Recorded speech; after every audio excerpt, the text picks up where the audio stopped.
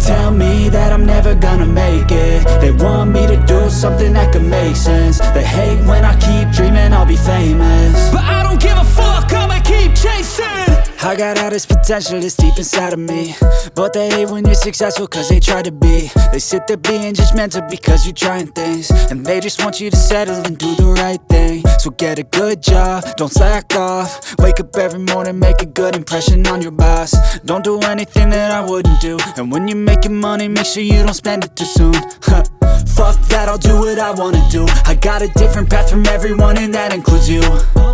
Who are you to tell me how to live life? In these times it feels like nobody's right, yeah. So I'ma figure out what else we succeed, and then invest all of my time into that and proceed.